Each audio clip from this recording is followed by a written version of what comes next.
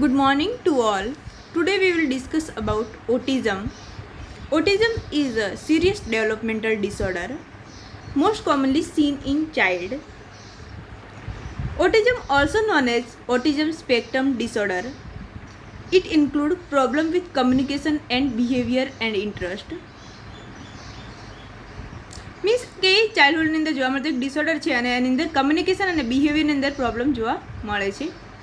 The word autism is derived from the word autos means self. Means child છે એ self oriented હોય છે અને social communication કરતું નથી પ્રોપર અને અવેર પણ રહેતું નથી. મોસ્ટ કોમનલી જે ચાઇલ્ડ હોય છે એ કમ્યુનિકેશન પ્રોપરલી કરતું નથી અને બિહેવિયર પણ એનું પ્રોપર હોતું નથી social. Then definition of autism. It is defined by the presence of abnormal or impaired development that is manifest before the age of 3 years, and it characterized by abnormality of the social development, communication, and a restrictive behavior and interest. Means કે autism છે એની અંદર એનું જે development છે એ impaired અથવા તો અબનોર્મલ હોય છે અને એને આપણે ડાયગ્નોસ 3 યરની એજ બિફોર કરી શકીએ છીએ અને એની અંદર most commonly social development proper હોતું નથી, કમ્યુનિકેશન પ્રોપર હોતું નથી, એનું બિહેવિયર હોય છે એ રેસ્ટ્રિક્ટેડ હોય છે અને ઇન્ટરેસ્ટ પણ એને બીજી કોઈ વસ્તુમાં આવતો નથી, સેલ્ફ ઇન્ટરેસ્ટેડ ઓનલી એ હોય છે. Then another definition. Autism is a developmental disorder that appear in the first 3 years of life and affect the brain's normal development of social and communication skill. Means કે 3 યરથી પહેલાં appear થાય છે અને most commonly બ્રેઇનનું જે normal development cognitive છે, social છે, communication skill છે એની અંદર આપણને અબનોર્મેલિટી જોવા મળે છે.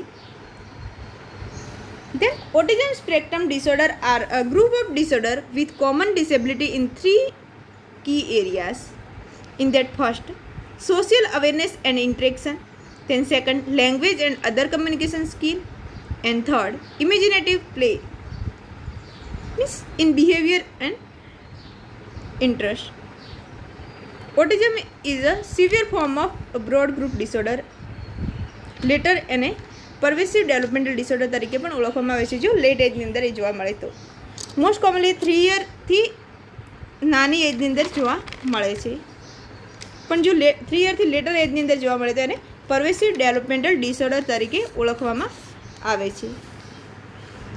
Autism affects families in all races, culture and all around the world. Means કે કોઈ બી રેસ, કલ્ચર કે દુનિયાના ગમે એ ખૂણે જોવા મળે છે.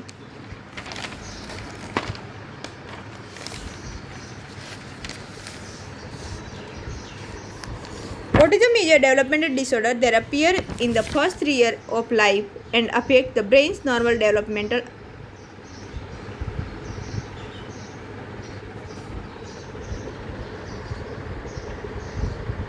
Autism is first described by Leo Kanner in 1943 as early infantile autism. Means એને ફર્સ્ટ ઇન્ફેન્ટાઇલ ઓટિઝમ તરીકે ઓળખવામાં આવ્યું. Auto means locked within themselves, પોતાની જાતે લોક રહેવું. For next 30 years is also known as emotional disturbance. Then Loretta Bender first used the term childhood schizophrenia for the childhood autism. Loretta બેન્ડરે first childhood schizophrenia તરીકે એને દર્શાવ્યો હતો childhood ઓટિઝમને. Then prevalence is 2 to 6 per 1000 individuals. ઇન્ડિયાની અંદર મોર દેન 1 million people ઓટિઝમથી affected હોય છે. Then 4 times more prevalence in boys. Then no known racial, ethnic or social boundaries. Etiology. Most of like psychiatric problem, autism also caused by same like psychiatric problem caused.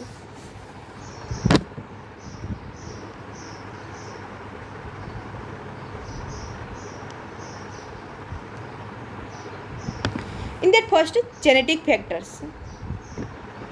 In genetic factors, most in monozygotic twins than the dizygotic twins.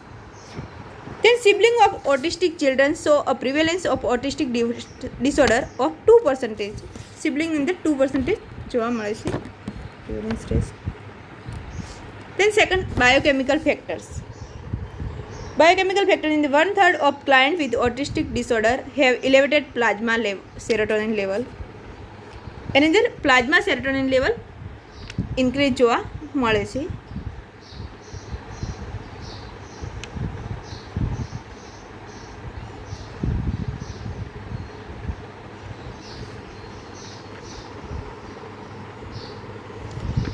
તેન third છે medical factors.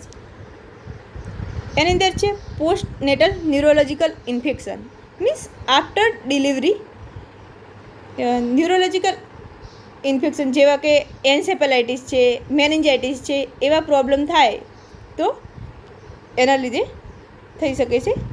દેન fragile X chromosome syndrome. Fragile X syndrome એ એક genetic problem છે અને એની અંદર intellectual disability જોવા મળે છે. મોસ્ટલી માઇલ્ડ ટુ મોડરેટ લેવલની અંદર ઇન્ટેલેક્ચ્યુઅલ ડિસેબિલિટી જોવા મળે છે. દેન ફોર્થ છે પેરીનેટલ ફેક્ટર્સ. પેરીનેટલ ફેક્ટર્સની અંદર maternal bleeding after first trimester પછી જો મેટરનલ બ્લીડિંગ થાય તો એના લીધે ઓટિઝમ થવાના ચાન્સીસ વધી જાય છે. દેન સેકન્ડ છે મેકોનિયમ ઇન એમનિયોટિક ફ્લુઇડ. જે મેકોનિયમ મીન્સ કે first stool pass by the newborn baby. તો એ જે બેબીના બર્થ થયા પહેલાં એમનિયોટિક ફ્લુઇડની અંદર જો સ્ટૂલ પાસ થઈ જાય તો એને શું કહેવામાં આવશે? મેકોનિયમ ઇન ધ એમનિયોટિક ફ્લુઇડ. then એના પછી છે fifth parenting influence and social environmental factors. Means કે પેરેન્ટ અને સોશિયલ એન્વાયરમેન્ટ ચાઇલ્ડ ઉપર કઈ રીતે એફેક્ટ કરે છે. તો એની અંદર પેરેન્ટલ રિજેક્શન, જો પેરેન્ટ રિજેક્ટ કરે ચાઇલ્ડને, અનવોન્ટેડ ચાઇલ્ડ હોય એની અંદર વધારે જોવા મળે છે. દેન ફેમિલી બ્રેકઅપ થાય તો. દેન ફેમિલી સ્ટ્રેસ, જો સ્ટ્રેસફુલ ફેમિલી એન્વાયરમેન્ટ હોય તો, જેમ કે ઝઘડા વધારે થતા હોય ફેમિલી અંદર તો ચાઇલ્ડ એના લીધે પણ અફેક્ટેડ થાય છે. દેન ફોલ્ટી કમ્યુનિકેશન પેટર્ન. પેરેન્ટ્સ અને ફેમિલીની અંદર ફોલ્ટી કમ્યુનિકેશન પેટર્ન ચાઇલ્ડ સાથે હોય તો. Then refrigerator parent.